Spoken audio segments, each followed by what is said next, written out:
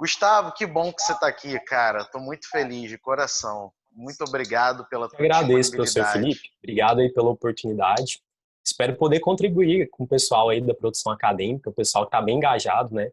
Estou acompanhando aí algumas lives e só conteúdo realmente de alto nível científico. Espero poder passar um pouquinho da experiência que eu tenho nesse âmbito da pesquisa para o pessoal que está aí assistindo. Então, brigadão pelo convite. Show de bola. É uma honra, Gustavo, ter você aqui. O Gustavo vai se apresentar melhor, tá? Mas eu quero dizer assim que o Gustavo, eu estava pensando qual é a melhor forma de apresentar ele, né? E eu já falei isso para ele algumas vezes. E como muita gente não conhece, de repente, aqui o Gustavo, eu acho que ele é uma boa apresentação, pelo menos para mim, né? O Gustavo, ele é o cara que eu vejo que ele é mais parecido comigo quando eu tinha a idade dele, né?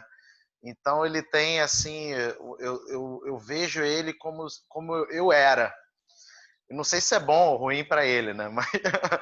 Mas para mim isso daí é muito legal ver uma pessoa que não, sabe, não tem desculpa, não tem, sabe, é, empecilho para fazer o que tem que fazer e que move montanha para chegar onde tem que chegar, né? Então, ele é um cara excepcional, ele tem uma experiência muito legal para passar para vocês e ele é assim, eu vejo muito ele, né? Eu vejo muito do que eu era nele, né? Então, eu fico assim sempre muito honrado, muito feliz de conversar com ele. Não é isso, Gustavo? Já te falei isso daí algumas vezes, né? Já. E eu fico muito feliz, porque o senhor, né, é uma inspiração, acho que para todo mundo que está assistindo aqui a live, tanto no âmbito da pesquisa, não só no âmbito da pesquisa, né, mas para quem não sabe, também no âmbito do empreendedorismo acadêmico. Eu acho assim que eu estou aprendendo muito com o senhor e fico muito feliz e honrado Chama por de você o é, creme, rapaz. é o Passei creme já é o hoje. hábito, é o hábito de professor. Então, assim, eu fico muito feliz, de verdade, de coração. E, enfim, quero poder contribuir o máximo aí com o pessoal, enfim, com as dúvidas sobre essa temática que é tão importante, né, professor Felipe, mas que às vezes é tão negligenciado quando a gente está na faculdade. Acho que a sua iniciativa da produção acadêmica é algo que eu queria ter participado quando eu estava me preparando para os processos seletivos de mestrado, e era algo que eu não encontrava. É algo que a gente não encontra em qualquer lugar.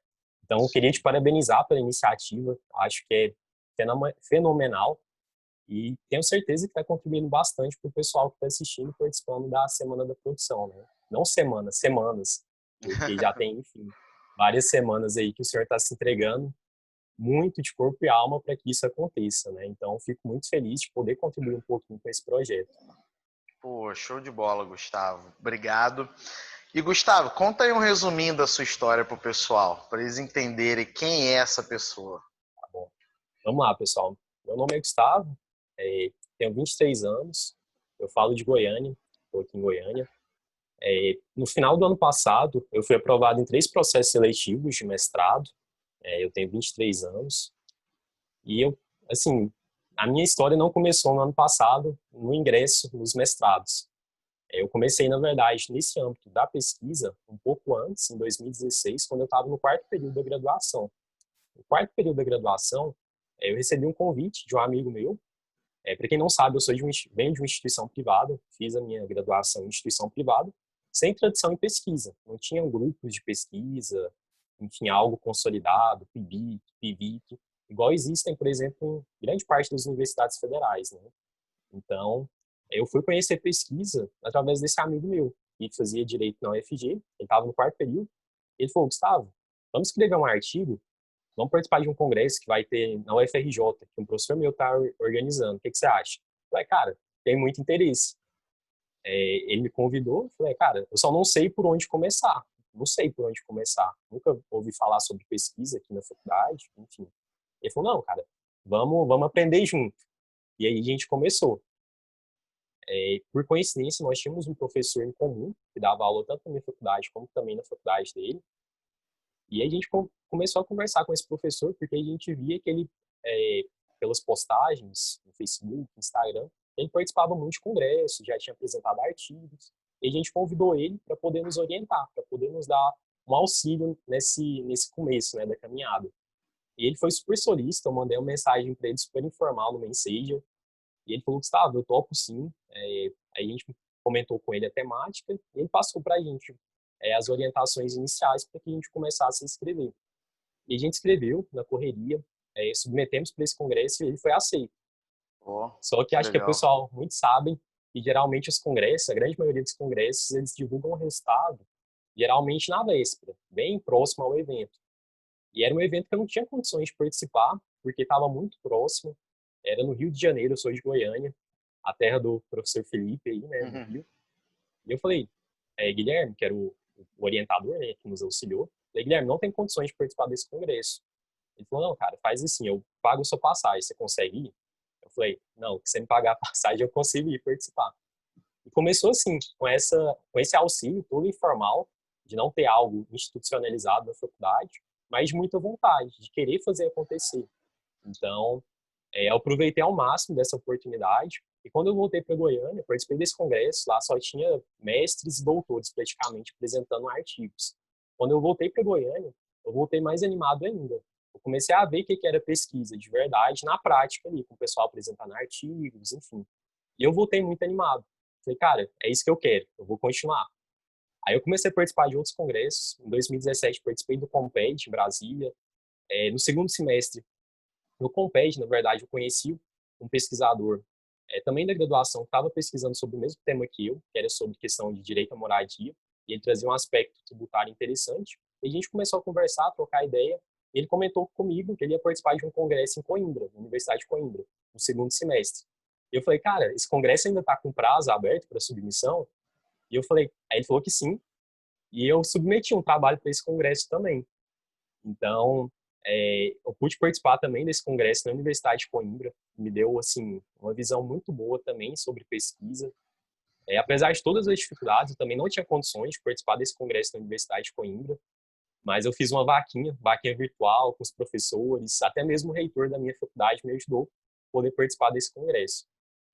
Posteriormente, participei desse congresso em Coimbra, depois de outros também pelo país, sobre direito constitucional, direitos fundamentais, que é bem a linha que eu gosto de pesquisar. E por que, gente, que eu estou contando um pouco dessa trajetória em congressos para vocês? Porque foram nesses congressos que eu consegui ir amadurecendo a minha pesquisa, amadurecendo quem eu sou hoje como pesquisador. Apesar de não ter algo institucionalizado na minha instituição, eu fazia graduação, foi através desses congressos que eu consegui me desenvolver como pesquisador. Então foi muito importante para mim, por isso que eu estou contando para vocês. E no final do ano passado, no final não, na verdade, no ano passado, eu resolvi me candidatar a 3 mestrados. O que eu sempre quis, na verdade, foi o mestrado da UNB. Só que eu considerava que era algo assim, Felipe, fora da minha realidade, porque eu não conhecia professores, eu vinha de uma instituição privada, sem tradição em pesquisa, eu podia, enfim, eu tinha um monte de, assim, de crenças que me travavam um pouco. Mas falei, Não era cara, de eu vou Brasília, tentar. né? Não era de Brasília. Eu não era de Brasília, eu não conhecia os professores, os grupos de pesquisa, mas eu falei, cara, eu vou arriscar, o máximo que eu vou ganhar é um não. Aí eu me inscrevi nesse da UNB, mas falei, vou ter meu plano B e C. Aí eu me candidatei também ao mestrado em Direito e Políticas Públicas da UFG e o mestrado em Direitos Humanos, que é o mestrado interdisciplinar que tem na UFG. E eu pensava assim, pô, pelo menos um, tomara que um eu consiga passar. Eu nunca imaginei que ia dar certo de eu passar nos 3, isso de verdade. Algumas pessoas próximas a mim falam, cara, eu sempre acreditei. Eles falavam pra mim, sabe? Eu sei que você vai passar. Professora minha mesmo de execução penal, a gente trocava bastante ideias sobre pesquisa. Ela falava, Gustavo, você vai passar nos 3. E eu ficava pensando, pô, como é que ela tem tanta certeza assim, se nem eu tenho? Então, acabou que deu certo. Eu fui aprovado nos 3 processos seletivos de mestrado. Eu acabei optando pelo da UNB, porque era a minha primeira opção, pelas linhas de pesquisa, pelas oportunidades que a UNB pode proporcionar para um pesquisador. É um programa de excelência, né? Nota 6 na CAPES. Então, eu acabei optando pela UNB. Então, assim, basicamente, essa é a minha história durante a pesquisa e que eu queria compartilhar hoje aqui com o pessoal que está assistindo para, enfim, poder incentivar. Se você, enfim, não fez pesquisa durante a graduação, não tem problema. Hoje, as oportunidades que nós temos de publicação são muitas. O exemplo mesmo do CAE de Jus. Vocês podem publicar no conforto da casa de vocês. Não tem, enfim, que viajar para outro estado para participar de um congresso. Não, hoje, principalmente agora, né, professor Felipe, com o corona, eu estou vendo duplicar ou triplicar o número de congressos científicos online e de alta qualidade. Então, assim, acho que tem um grande leque para o pessoal participar e que vai dar uma experiência muito bacana do ponto de vista científico para depois o pessoal conseguir, enfim, mandar bem nos processos seletivos de mestrado. Então, Boa. basicamente, essa minha trajetória aí na pesquisa. Legal demais, Gustavo. Então, lembrando para a galera que o Caeduca está com o edital aberto, hein? Até dia 10 de maio, vocês podem mandar seus resumos ou artigos para o Caeduca, né? E daqui a pouquinho tem mais eventos saindo aí, que o Cae de Juiz passou, mas tem coisa chegando aí. E ó, olha só que exemplo, né? O Gustavo tinha variáveis contra ele, digamos assim. O que ele fez? Ele tinha duas opções: ou ele se resigna, ou ele chega e fala assim: não, e daí? Vou jogar o jogo, vou disputar, vou fazer acontecer. E não aprova em um mestrado, nem dois mestrados, aprova em três. E não eram mestrados da mesma área ainda, né? Porque você tinha de políticas públicas, que é uma outra parada, né? Um outro mundo, entendeu? E ele só consegue isso por quê? Porque ele chega e fala assim: eu não vou me resignar, eu vou jogar esse jogo e vou chegar junto. Muito legal isso, né? Muito legal. E fala pra galera como é que você me conheceu nisso tudo aí. Então, pessoal, eu conheci o professor Felipe antes de me preparar. Estava começando minha preparação para os processos seletivos de mestrado.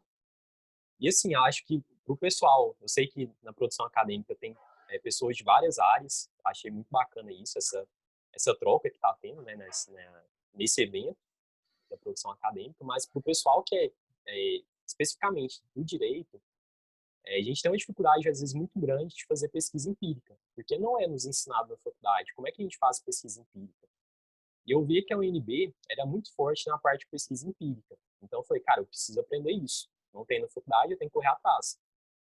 Só que eu achava os manuais, os livros de metodologia, um tanto quanto superficiais. Eles falavam de um jeito bem genérico. Eu falei, cara, isso aqui, claro, dá um norte, claro que é importante utilizar um bom livro de metodologia, mas eu comecei a pesquisar além. Eu fui no YouTube, no Google, e eu acabei encontrando o CAE de Jus. E no CAE de Jus, eu fiz um curso de pesquisa empírica no direito. E quem que era o professor? O professor Felipe. Estava lá ministrando o curso de pesquisa empírica no direito. Inclusive, eu até separei aqui, ó, para mostrar para vocês as minhas anotações do curso, ó. Olha, que Pesquisa legal. empírica. São umas 4 páginas aqui, ó, só de Que legal. anotações. Então, então para mim foi muito produtivo esse curso, porque o professor Felipe falava de uma forma bem descomplicada, porque no direito, quando a gente vai fazer pesquisa empírica, a gente acaba pegando emprestado, né, as ferramentas de pesquisa de outras áreas, principalmente ciências sociais, enfim.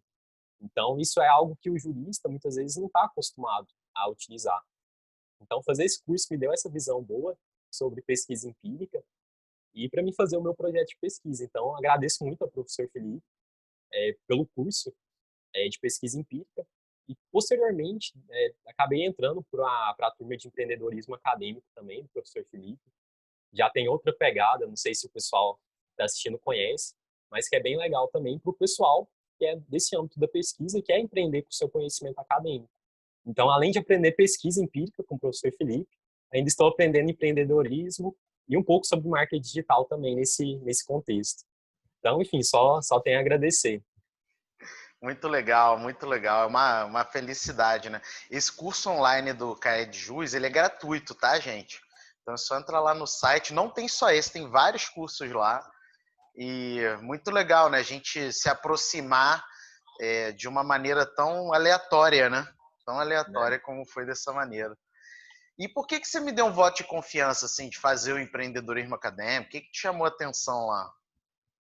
Então, primeiramente foi por ter feito o curso de pesquisa empírica no direito, como você mencionou aí, um curso gratuito e de extrema qualidade, que me ajudou bastante a compreender mais o que era pesquisa empírica no direito.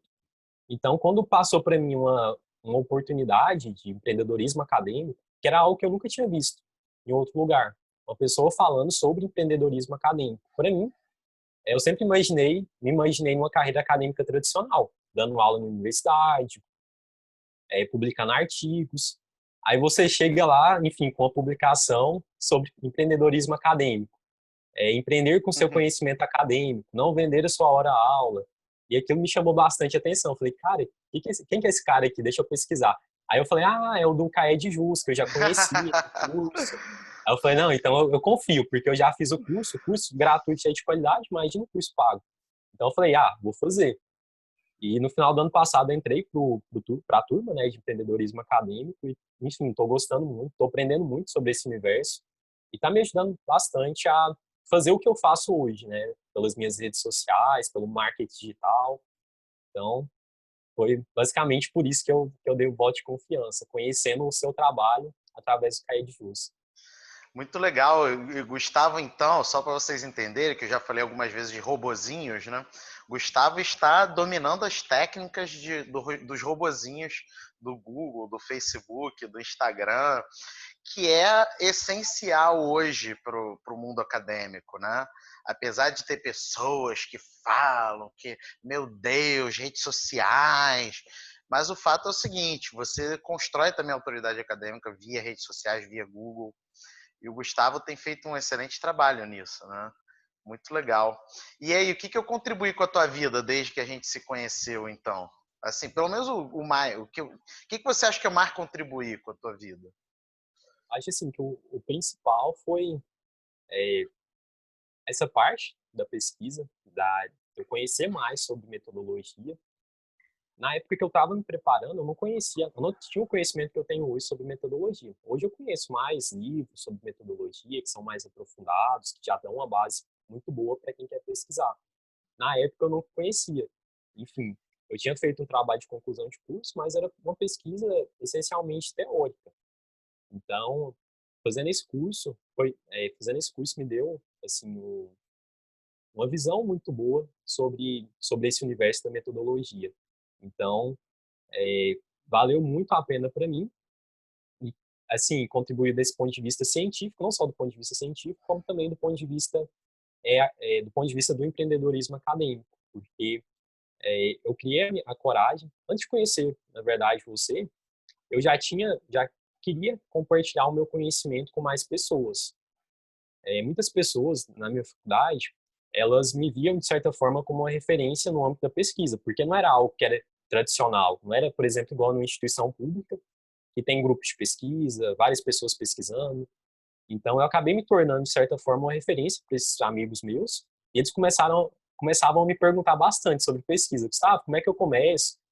Qual congresso que eu participo? Onde que eu publico? Como é que, enfim, todas as dúvidas possíveis. E principalmente depois que eu fui aprovado nos 3 mestrados, começou a chover de perguntas para mim, no privado, de amigos, enfim, nas redes sociais. Eu falei, cara, se eu ficar respondendo todo mundo aqui individualmente, isso vai me tomar um tempo muito grande, não dá. Então, o que eu comecei a fazer? Ao invés de responder para o pessoal de forma individual, eu comecei a compartilhar, comecei a produzir vídeo, enfim. E foi bem próximo, na época, que eu comecei a fazer o curso de empreendedorismo também. Conheci o senhor de forma mais próxima. Então, foi basicamente isso. Uniu a minha vontade, que eu já tinha de compartilhar esse conhecimento, porque era algo que eu não tive muito acesso durante a minha graduação. Então, uniu as duas coisas. Eu acho que, assim, do ponto de vista do marketing, o senhor foi a porta de entrada para me conhecer mais sobre esse universo do marketing e do empreendedorismo acadêmico. Se não fosse, acho que talvez eu teria ficado na minha zona de conforto no mundo acadêmico tradicional, publicando artigos, Uhum. é, participando de congressos, mas não ir para o rumo do empreendedorismo que eu estou hoje, né? Então, Sim. acho que foi as principais contribuições. E só para contextualizar para a galera, esse programa Empreendedorismo Acadêmico é um programa que eu sou professor, né? E nesse programa, basicamente, eu te ensino a pegar o teu conhecimento acadêmico e transformar ele numa Science Tech, né, que é o que eu chamo, né, uma Science Tech, Science de ciência e Tech de tecnologia, de modo que você possa desenvolver o seu conhecimento acadêmico e começar a ter clientes, começar a ter pessoas que vão, né, te contratar e tudo mais. E é muito legal o programa e basicamente eu abro, assim, eu abro a caixa preta das minhas empresas, né? Então até confidencio coisas relacionadas a valores, eu mostro como é por dentro, né, Gustavo? Assim, a engrenagem por dentro, Aham. que é, ó, faz igual. E aí faz igual e às vezes faz melhor, o que para mim é o maior orgulho, né? Então é basicamente isso, né? Mas vamos lá, Gustavo, assim, e hoje você ajuda a galera, né? Me conta isso. Como é que é esse negócio de ajudar o pessoal a ingressar nos mestrados? Que tipo de aflição o pessoal compartilha contigo? E que tipo de ajuda você faz hoje? Vamos lá. Então, pessoal, basicamente eu ajudo pessoas comuns, assim como eu me considero uma pessoa comum, que não, enfim, não é um superdotado, que não tem um QI acima da média, assim, não. Eu sou uma pessoa, enfim, que vim de uma instituição privada, sem tradição em pesquisa, como eu comentei com vocês, e, enfim, e eu quis compartilhar isso com vocês para poder auxiliar, para poder facilitar a jornada acadêmica do pessoal que quer ingressar em um mestrado. Felipe, eu falo que, por exemplo, quando a gente quer fazer um concurso público, a gente tem 1 milhão de possibilidades, 1 milhão de cursos, 1 milhão de materiais, porque o direito, principalmente o direito, né, é muito forte nessa área de concursos públicos, né?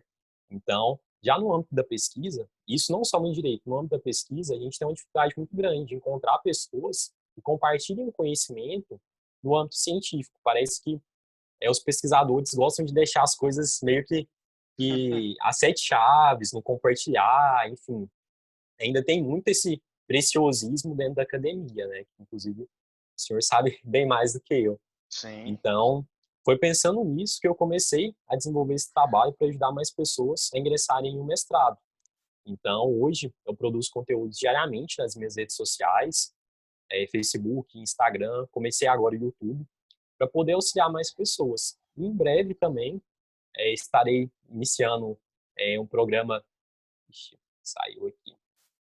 Voltou? Voltou. Isso daí é suspense, hein, Gustavo? Você falou iniciando e pausou só pra É, gente ficar curioso. notificação para atualizar aqui o sistema do celular. Então, em breve também vou estar começando um programa mais direcionado, uma mentoria para aquelas pessoas que querem realmente ingressar. Mas de antemão, já faço convite para o pessoal que tem interesse em ingressar em um mestrado. Tem um canal no Telegram, tem a produção diária de conteúdos no meu Instagram, no meu Facebook e agora também no YouTube. Então, basicamente, quem tiver interesse, depois da live, corre lá. E também, professor Felipe, eu fiz esses dias, recentemente, um arquivo. Para quem quer ingressar em um mestrado, a gente sabe o quão importante é publicar. E agora nós temos também um novo Qualis, né, que está sendo organizado, enfim. E eu peguei uma lista com revistas de várias áreas, uma lista com 441 páginas do novo Qualis, e filtrei. E tem, nesse documento que eu filtrei, tem o nome de revista de mais de 1.000 revistas científicas, mais de 500 delas são só no direito, e o restante é nas áreas afins, ciências sociais, sociologia, filosofia, antropologia. Então eu fiz esse filtro, me deu bastante trabalho, mas quem tiver interesse, depois da live, pode me chamar no direct, que eu vou ter o prazer de enviar, e também de convidá-los para participar do meu canal no Telegram, onde eu compartilho mais a fundo também algumas dicas sobre mestrado. Uhum. Lembrando, eu sou seguidor do Gustavo, eu sou consumidor do conteúdo do Gustavo, ele tem muita coisa boa, ele tem muito insight legal, né? E ó, aproveita aí também para seguir, né? Depois, fala aí, Gustavo, o Instagram qual é mesmo? É @Gustavo de Assis @Gustavo Assis, só que no lugar Assis. do I é um.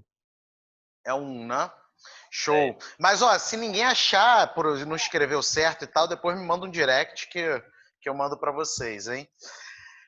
Gustavo, agora diz uma coisa pra gente, assim, vamos pensar assim, as etapas da seleção, né? Antes da seleção, prova, entrevista e depois algumas outras coisas. Mas antes da seleção, o que a pessoa pode fazer em termos de produção acadêmica? Por exemplo, achei muito legal a tua história, né? Que você, antes do mestrado, já estava produzindo, né? E produzindo, sabe, é óbvio, às vezes com uma dificuldade ou outra logística, né, de estar no lugar, mas isso não foi empecilho, né? Conta pra gente, o que a pessoa pode fazer em termos de produção acadêmica antes da seleção de mestrado? Né? Vai ter seleção esse ano aí, muitas dessas pessoas estão tendo a tua ajuda, né? O que você tem recomendado? Então, pessoal, nessa parte de pré-preparação, muitos candidatos, na verdade, eles acabam se preparando da forma tradicional. É fazer um bom projeto, enfim, mandar bem nas etapas tradicionais. Só que, enfim, tem uma outra forma que talvez seja a mais elementar, que é essa parte da produção acadêmica. Então, é super importante que vocês tenham produção acadêmica, inclusive, enfim, o projeto que está sendo desenvolvido aí pelo professor Felipe, para facilitar a vida de vocês. Então, basicamente, a gente tem as formas de produção, resumos, artigos, capítulos de livro, assim, de uma forma bem genérica. Resumo, você pode fazer 61 dias, você consegue fazer um resumo, bem rápido, não é algo assim de outro mundo, e você consegue submeter esse resumo por um congresso. Tem muitos congressos que aceitam resumos, inclusive o CAE de Jus é um deles. Então, você pode começar a sua produção científica, não precisa começar por um artigo, algo, enfim, um artigo de 15, 20 páginas. Você pode começar com um resumo.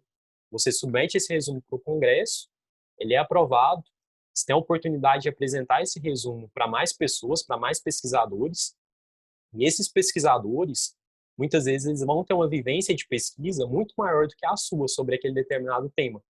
Então, é muito interessante, professor Felipe, porque nesses congressos que eu participei, sempre eu voltava cheio de ideias, cheio de feedbacks bacanas, de indicações de obras. Então, esse é um ponto fundamental, vocês terem essa produção acadêmica antes do ingresso no mestrado, porque é uma forma de você amadurecer como pesquisador, de ter um feedback da sua pesquisa de outras pessoas. Então, isso é muito importante. Resumo é a primeira forma acho que mais rápida e mais fácil de publicação. Nós temos a forma de anais de eventos, e é interessante que vocês procurem anais de eventos que possibilitem uma publicação do trabalho de vocês como capítulo de livro, porque tem um peso maior. Tem congressos que não publicam o seu trabalho como se fosse capítulo de livro, é só o formato mesmo tradicional. Não tem, por exemplo, um ISBN, que é para livros. Então, se vocês puderem publicar em anais de eventos que tenham ISBN, que sejam publicados em formato de capítulo de livro, é muito importante. Inclusive, CAE de Jus, CAE Educa, eles fazem isso. Você publica o seu artigo em formato de capítulo de livro. Tem outro site também, professor Felipe, para o pessoal, enfim, que quer pesquisar mais sobre eventos, que eu uso muito nas minhas buscas, porque a gente tem muita dificuldade. Onde que eu acho congresso e tal? Geralmente eu pesquisava no Google, só que, enfim, achava coisas picadas. Um site muito interessante da Mackenzie, que chama Comunicas Mackenzie. Lá eles divulgam revistas, congressos, tem muita coisa bacana. Então, acho que é uma dica bem legal para o pessoal aí que quer se preparar, que lá também tem outras oportunidades de publicação. E a outra forma também que nós temos é a publicação de artigos em revistas, em periódicos. Essa forma, ela é um pouco, assim, quando vocês forem fazer os processos seletivos de mestrado, geralmente a última etapa é uma etapa de avaliação curricular. E as publicações em revistas com qualis mais alto, geralmente são as que têm mais ponto. Só que, geralmente, em grande parte, as revistas com qualis mais alto são as revistas que mais vão demorar a avaliar o seu trabalho. Tem revista aí que vai demorar 2 anos para te dar um sim ou não. Então, muitas vezes é mais vantajoso você ter mais produções em resumos e capítulos de livro, pela questão da facilidade que é. Porque, por exemplo, se você manda o seu trabalho para uma revista que é quase, sei lá, A1, A2, você vai estar concorrendo com pessoas que são doutoras, pós-doutoras. Então, tem uma dificuldade maior para o seu trabalho ser aceito. Inclusive, algumas dessas revistas nem aceitam trabalhos de pessoas que não sejam doutoras. Então, é melhor, é mais, assim, mais prático para vocês publicarem em revistas com qualis mais baixo um pouquinho, Ou então, para ser de forma mais rápida ainda, os eventos, porque nos eventos, geralmente, é, eles têm uma necessidade maior de trabalhos, é, enfim, a forma de avaliação também não tem a mesma, digamos assim, a mesma concorrência que você vai ter numa revista de quadros A1. Então, acho que é sensacional vocês procurarem por eventos, principalmente aqueles que publiquem em formato de capítulo de livro. Então, basicamente, essas são as formas que eu considero que são bacanas de você poder estar vivenciando a pesquisa antes do processo seletivo. Uhum. Lembrando que os eventos do CAEJUS e do CAEDUCA são 100% via internet desde sempre, tá, galera? Não foi no improviso, não. Desde sempre. E a gente, desde sempre, publica em livro impresso, tá? Então, a gente publica em livro impresso, manda o e-book para as pessoas, mas quem quiser pode adquirir o livro impresso, mas tudo sai em livro impresso. Então é importante falar aí, porque é uma maneira de fato, né? A gente, pelo fato de ser 100% via internet desde sempre, Gustavo, muito legal que às vezes vê pessoa de lá não sei onde, sabe? Que não, às vezes não tem nem evento na cidade e vê no CAEJUS uma porta, né? Para ela propagar suas ideias, sabe? E dá maior orgulho, e depois ela pega o livro impresso, aí tira foto, coloca nas redes sociais, e aquilo é uma grande vitória, né? É uma vitória para todo mundo, mas às vezes, né, um evento presencial é tão caro, né, que não é só a inscrição no evento, é passagem, hospedagem, alimentação, tem que deixar às vezes de trabalhar, e o CAEJUS ele ajuda nisso, o CAEJUS e o CAEDUCA, né? E agora a gente vai entrar no mercado internacional em inglês, né? A gente já está no mercado internacional em português, e aí vai ter boas notícias aí para a galera no segundo semestre. Coisa boa. Agora, Gustavo, fala aí. Então, beleza, você deu umas dicas muito, muito importantes sobre a preparação, né? Agora, chegou o dia da prova, ou melhor, para a prova exatamente, Como é que eu me preparo e no dia da prova, o que eu posso fazer para, de repente, aumentar as chances?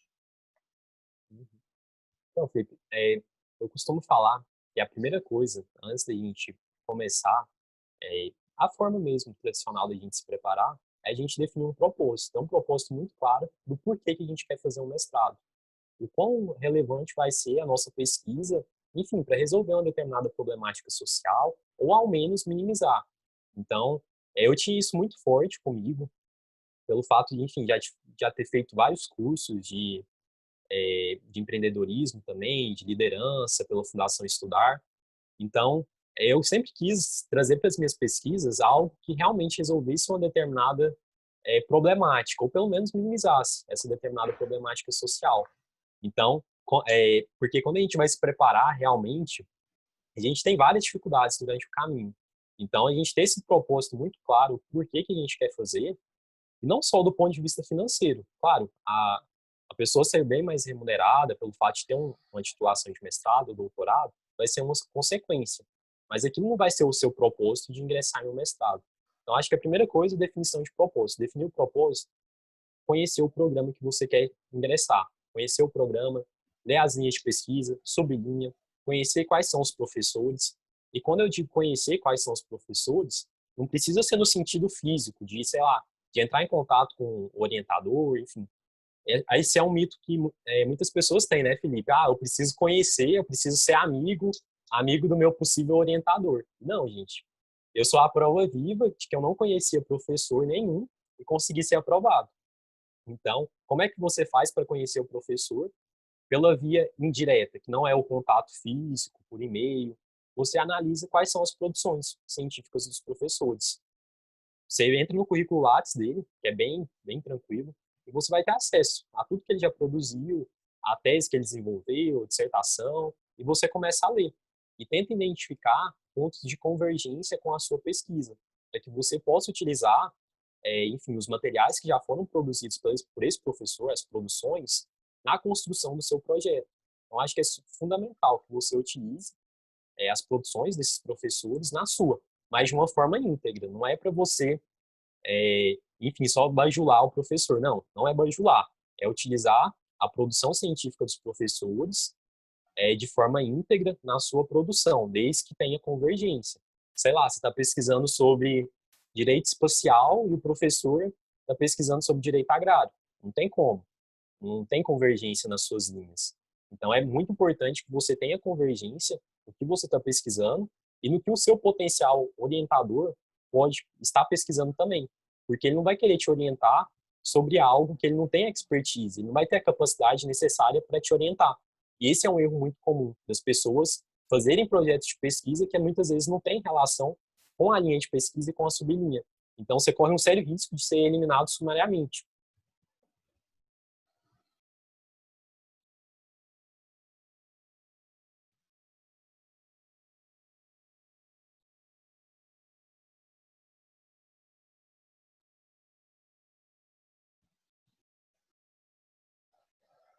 Até comentei aqui um pouco dessas que eu tinha, que é, enfim, eu estava no 10º período da graduação, eu dei a bobeira de, não sei se chegou a fazer isso, Felipe, mas eu comecei a pesquisar o currículo dos outros concorrentes, e isso me chocou Uhum. um pouco, porque, enfim, eu vi que eu estava concorrendo com juiz federal, enfim, promotor, pessoal que já estava no nível, assim, do ponto de vista profissional, bem lá na frente. Então, eu tinha muito essa crença assim, cara, será que realmente vai dar? Eu tô no 10º período, tem pessoas aqui com experiência muito maior que eu na pesquisa e também no âmbito profissional. Mas dá, gente. Se a gente acredita, eu passei, para dar o exemplo, eu passei e esse juiz federal, pelo fato de ele não ter produção acadêmica, ele não passou na etapa de análise curricular. Então, ele passou, ele foi aprovado, mas ele não se classificou dentro do número de vagas porque ele não tinha produção acadêmica. Então, vejam quão importante é se eles terem a produção acadêmica. Fazer a base, construir a base bem feita. Eu, no 10º período, concorrendo com o juiz federal, eu consegui classificar dentro do número de vagas e o juiz federal não. Então, essas crenças limitantes, é super importante que a gente tenha um apoio também familiar, de amigos, para poder nos auxiliar, para poder... Quando a gente está num momento assim, Felipe, mais de bad mesmo, de falar assim, cara, eu várias vezes durante os processos seletivos eu torcia para que eu fosse reprovado em algum desses processos seletivos, porque eu pensava, não, se eu for reprovado em um, eu tenho que me dedicar só para dois, então eu vou ter um desgaste menor. Então eu torcia algumas vezes para me ser reprovado até mesmo. Então, assim, é super importante que a gente tenha apoio de amigos, de professores que nos deem esse auxílio, porque realmente não é fácil, é um processo, muitas vezes vão várias etapas, né, e vários meses de preparação. Então, ter essa base é muito importante. Outro ponto também que eu anotei Gustavo, aqui, Gustavo, só para foi, endossar, eu não sei se você sabe, né? Mas e se a galera sabe, mas na natação, sabe como é que a pessoa perde na natação? Quando ela olha para o lado, para ver onde é que os outros concorrentes estão, né? Na natação, você só pode olhar para frente, porque o negócio é tão dinâmico. Se você vira um pouquinho para ver o concorrente, se ele está perto ou não, se ele te passou ou não, você perde o ritmo, sabe? Então, eu acho que é uma boa metáfora pra gente, né? A gente tem que fazer o nosso, entendeu? E fazer o nosso melhor possível. Se a gente olhar pro lado né? E é isso que você fez, né? Você chegou e falou, tô dentro, eu tô no páreo, eu vou entrar nessa parada, eu vou fazer o que eu tiver que fazer para entrar. E não ficou se preocupando com se o cara é juiz federal, se não é juiz federal, né? Você não perdeu o seu ritmo por causa disso, né? Muito legal. com certeza, eu acho que, enfim, essa história aí exemplifica bem, né, da gente acreditar mais em nós mesmos. Então, é fundamental, pessoal. Não olhem, não fiquem olhando para o lado, porque a gente não sabe a história de vida, se a pessoa conseguiu se preparar de forma adequada ou não, independentemente do cargo que ela ocupa. Então, acho que é fundamental esse ponto que a gente está comentando aqui. Outro ponto também, professor Felipe, que eu acho que é fundamental, é a parte de planejamento. Como eu resolvi, na loucura, me inscrever em 3 programas de mestrado, 3 processos seletivos, eu tive que me organizar muito bem para, antes do programa, eu tive que me organizar muito bem e também durante o programa para não chocar as etapas e também conseguir me preparar de uma forma adequada. Então, montei um cronograma, para vocês terem ideia, tanto que foi corrido. Eu estava fazendo a prova dissertativa de Direitos Humanos em um dia, na segunda-feira, e na terça de manhã, isso na segunda de tarde, estava fazendo essa prova dissertativa, e na terça de manhã, na hora do almoço, eu já tinha a prova oral do mestrado em Direito e Políticas Públicas. Então, assim, as etapas, por sorte mesmo, por Deus, enfim, as etapas não coincidiram. Eu dei muita sorte de não coincidir etapa nenhuma. Isso era uma coisa que eu já tinha consciência. Se coincidisse alguma etapa, eu teria que decidir qual processo que eu ia continuar ou não. E, enfim, mas graças a Deus, Deus abençoou que eu consegui conciliar as etapas. Então, pessoal, ter um planejamento é muito importante. Ter um planner é algo para que vocês organizem seus horários, é fundamental. Vocês podem imprimir um planner na internet, fazer as anotações, ou mesmo tem ferramentas online como o Trello, que eu também utilizo bastante. Então, vocês têm que se organizar. E organizar de forma que vocês se preparem para todas as etapas do processo seletivo. Primeiro, conhecer o programa, os professores, as produções que eu comentei. Depois, pensar o seu projeto de pesquisa de acordo com o programa, de acordo com a linha de pesquisa, do seu possível orientador. E pensar também nas outras etapas. Qual que é o tempo que você tem que se dedicar para cada uma das etapas? Por exemplo, no início é muito importante que você dê ênfase, se prepare realmente bastante para o projeto de pesquisa, para as primeiras etapas, projeto de pesquisa, prova dissertativa, idiomas também. Pessoal, tem uma dica também bem importante, Felipe, para a etapa de idiomas. Na época que eu fiz os processos seletivos, eu não conhecia, que são os testes de suficiência dos processos das universidades. Com esse teste de suficiência, que você paga aí seus R$ 100, salvo engano, você já pula essa etapa no processo seletivo. Isso vale para qualquer área. Geralmente é só vocês conferirem no edital quais são o tipo de certificado que, enfim, o programa aceita para vocês não passarem pela etapa de idiomas, porque vocês podem se dedicar mais para outras etapas. E na época eu não conhecia isso, eu fiz a forma tradicional, fiz a prova de idiomas dos processos seletivos. Na UNB tem uma particularidade que lá não tem prova de idiomas, você só tem que indicar no seu projeto você tem o conhecimento das habilidades necessárias de um determinado idioma para executar a sua pesquisa. Essa é a particularidade. Mas, em grande parte dos processos seletivos, eles vão te exigir uma prova de suficiência, uma prova para ver se você consegue, digamos assim, um idioma estrangeiro instrumental. Você consegue ler e compreender os conceitos chaves ali daquela leitura. Então, se eu soubesse dessa possibilidade, eu teria ganhado tempo. Prova dissertativa. Geralmente, tem os professores indicam no edital quais são os artigos que você deve ler para chegar lá no dia e responder uma determinada prova. Então, é fundamental que você leia esses artigos que são indicados, mas de uma forma crítica, uma forma ativa realmente. Você lê esses artigos buscando identificar os principais elementos que estão ali nos artigos que foram indicados. Os objetivos, metodologia, marco, quais são os conceitos chaves trabalhados pelos principais autores. Por quê? Porque você tem que construir essa base e realmente escrever para que você chegue na prova dissertativa e você consiga responder as perguntas que são colocadas ali pela banca. Então,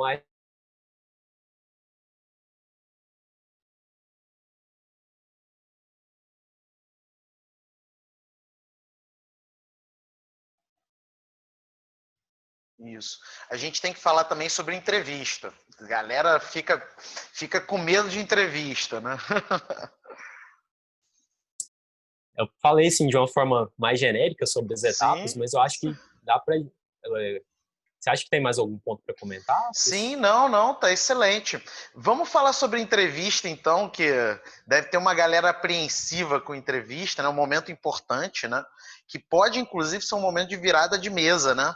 Que você, de repente, na Verdade. natação você não tá indo tão bem, né? Mas aí na entrevista você dá aquele sprint final e você fica bem colocado ali.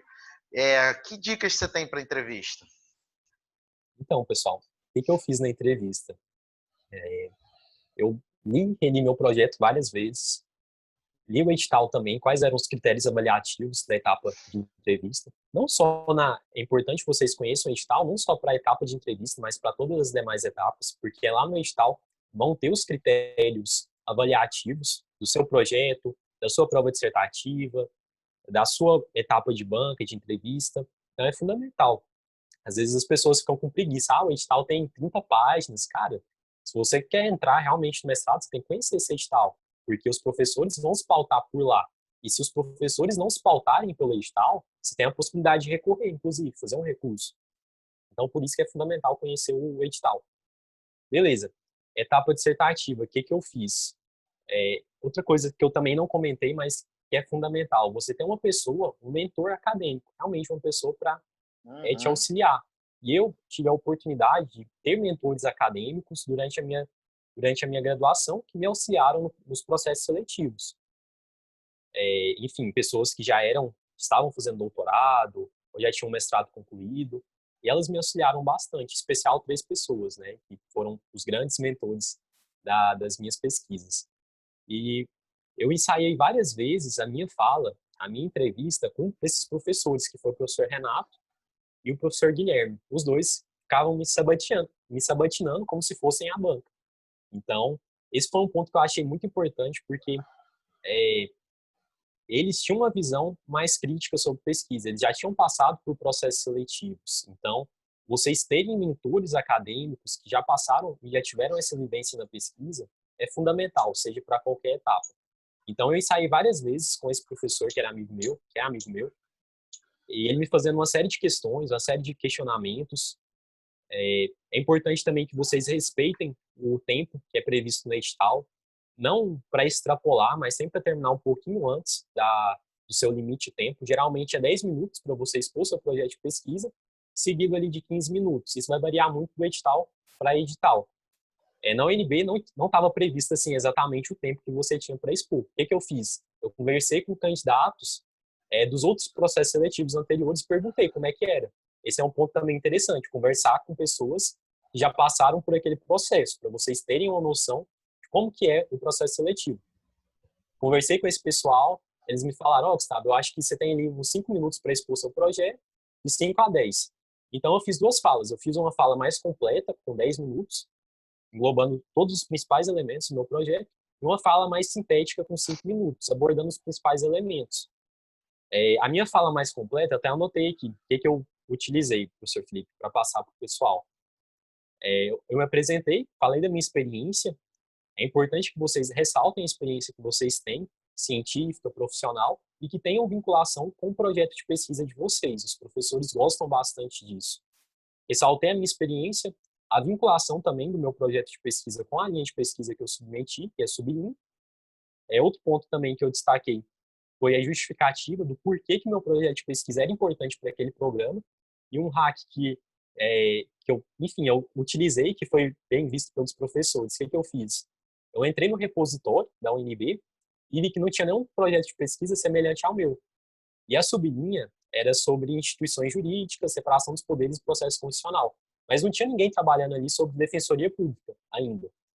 Então eu fiz esse levantamento e falei, de todas as teses e dissertações que eu vi no repositório, não tem nenhum trabalho que se assemelhe ao meu. É uma pesquisa aqui para o programa é inovadora, porque nenhum, outro pesquisador já se dedicou a essa Muito temática, legal. e foi bem visto pelos professores. Se Então é uma diferenciou, dica. né? Uhum. Outro ponto também, falei o porquê que minha temática era relevante, do ponto de vista não só jurídico, como social e político, porque eu trabalho sobre a questão de acesso à justiça, defensoria e população em situação de rua. Mostrei o porquê que era relevante e mostrei também que há uma escassez ainda de trabalhos científicos que versem sobre isso. O pessoal fica muitas vezes bitolado, Felipe, eu vejo assim, em temas que são da moda. Ativismo, judicialização, claro, que dá para inovar nessas áreas, mas já tem muitos trabalhos produzidos nesses âmbitos, né? Então, vocês tentarem buscar algo que seja menos debatido, eu acho que é super importante. E, claro, que tenha vinculação com o programa. Outro ponto também, os objetivos, ressaltei os objetivos do meu projeto, metodologia, marco teórico e também a finalidade. Na finalidade, eu ressaltei a importância do meu projeto. E é importante também na metodologia, Felipe, eu acho assim que para nós que somos das ciências sociais, que temos uma dificuldade em fazer metodologia, acho que o mais importante, claro, conhecer os métodos tradicionais, né, que são indicados aí nos livros, mas deixar bem claro a vinculação desses métodos com a sua pesquisa. Não dá para você só chegar no projeto e falar, utilizei o método dialético. Mas beleza, É. e aí, o que isso diz? Nada. Geralmente a gente vê isso muito em trabalhos na faculdade, conclusão de curso, artigos, enfim, quando a gente está começando. Mas no projeto de pesquisa, a gente tem que, o mais importante, na verdade, que eu vejo, é a gente descrever o passo a passo na metodologia. Falar da metodologia, quais são os métodos, enfim, e falar o passo a passo que você vai desenvolver. Sei lá, primeiro você vai fazer um estudo empírico, entrevista, estudo de caso, e descrever como é que você vai executar a sua pesquisa. Se hoje, por exemplo, você fosse aprovado, como é que você desenvolveria a sua pesquisa? Os professores gostam muito de ver essa autonomia do pesquisador, da pessoa que está se candidatando ali. Então,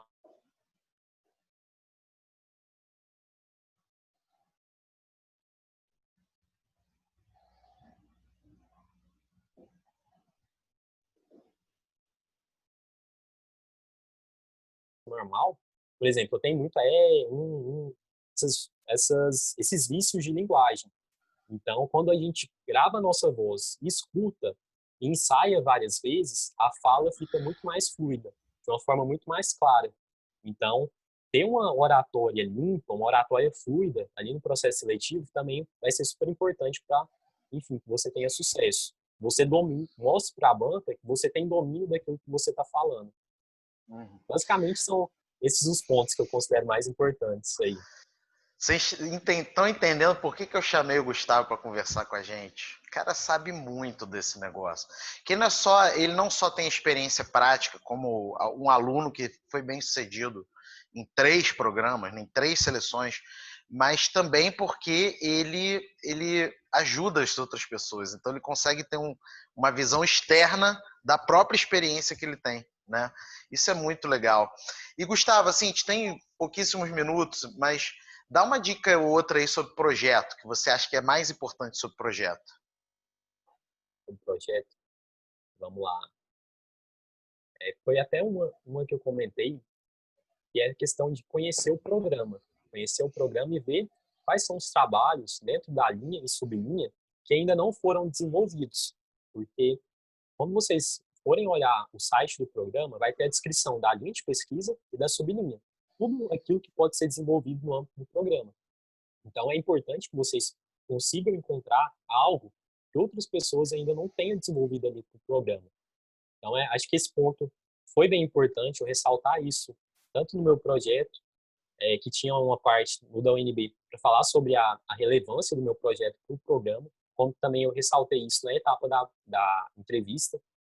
Então, como o meu projeto, claro, para mestrado, pessoal, a gente não precisa de algo que seja inovador, como é no doutorado, né, Felipe?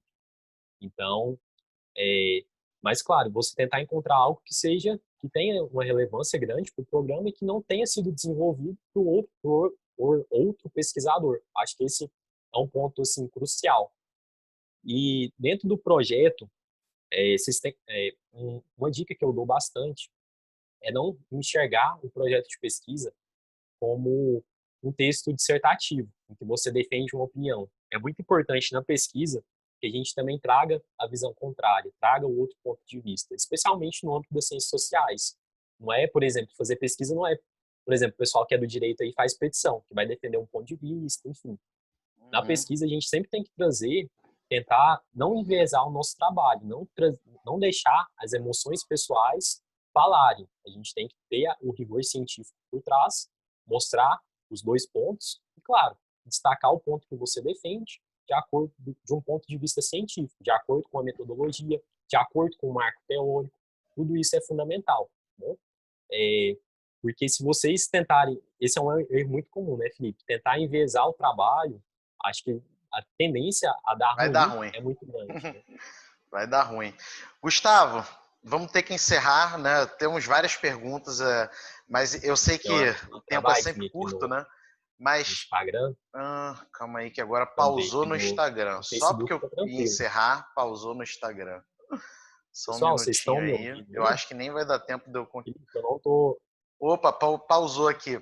Aí, Gustavo, vamos ter voltou. que encerrar. Tem um monte de pergunta muito legal que a galera fez. Então, quem quiser continuar as perguntas aí, como é que faz para te encontrar? Fala rapidinho aí. Então, pessoal, quem tiver mais interesse, pode estar me mandando aí no direct depois da live. Tá aparecendo no meu Instagram aqui, né, em cima, mas o pessoal que está no Facebook, meu Instagram é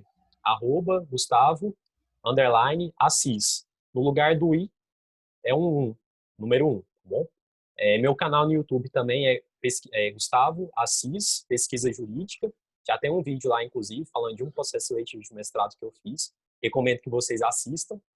E é isso. Pessoal que tiver interesse, me chama aí depois da live, no direct, para participar também do canal do Telegram e ter acesso a esse super arquivo que eu montei com as revistas e com o novo quadro dessas revistas que eu acabei selecionando. Um trabalho bem de formiguinha, mas que foi bem legal. O pessoal muitas vezes tem muitas dúvidas, né, de como publicar.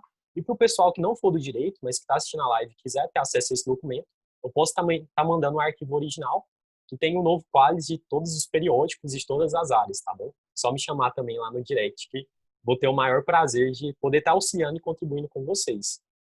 E brigadão, Felipe, pela oportunidade, pelo espaço e de poder nessa manhã bater esse papo com o pessoal aí. Espero que tenha contribuído bastante. Show de bola. Ó, galera, vocês já viram quanta coisa ele tem para contribuir, né? É vídeo, é material de filtrando revista, são todas as dicas que ele dá. Isso é dádiva, né? Então aproveitem, entrem no canal do Telegram, né? E, né, estejam mais próximos do Gustavo, que é um cara que contribui muito aí. Não só para mestrado em direito. Vocês viram que as dicas dele são para várias coisas, né? E muito legal tê-lo aqui. Muito obrigado, Gustavo, de coração. Obrigado a Eu todos que estão agradeço. aqui também, né? Se você acha que essa live contribuiu contigo, ó, dá o print, marca o CaeDjus, marca o Caeduca Oficial, marca o Produção Acadêmica e Uma marca, travadinha. né, o Insta. Gustavo _Assis, sendo que o I é o 1. Professor Felipe. Beleza, galera? Então, No Insta um deu uma grande travadinha. Não sei, já prazer, encerrou? né? Muito Já obrigado, encerrou. Gustavo, e até a próxima. Deixa eu aumentar aqui de Valeu! novo.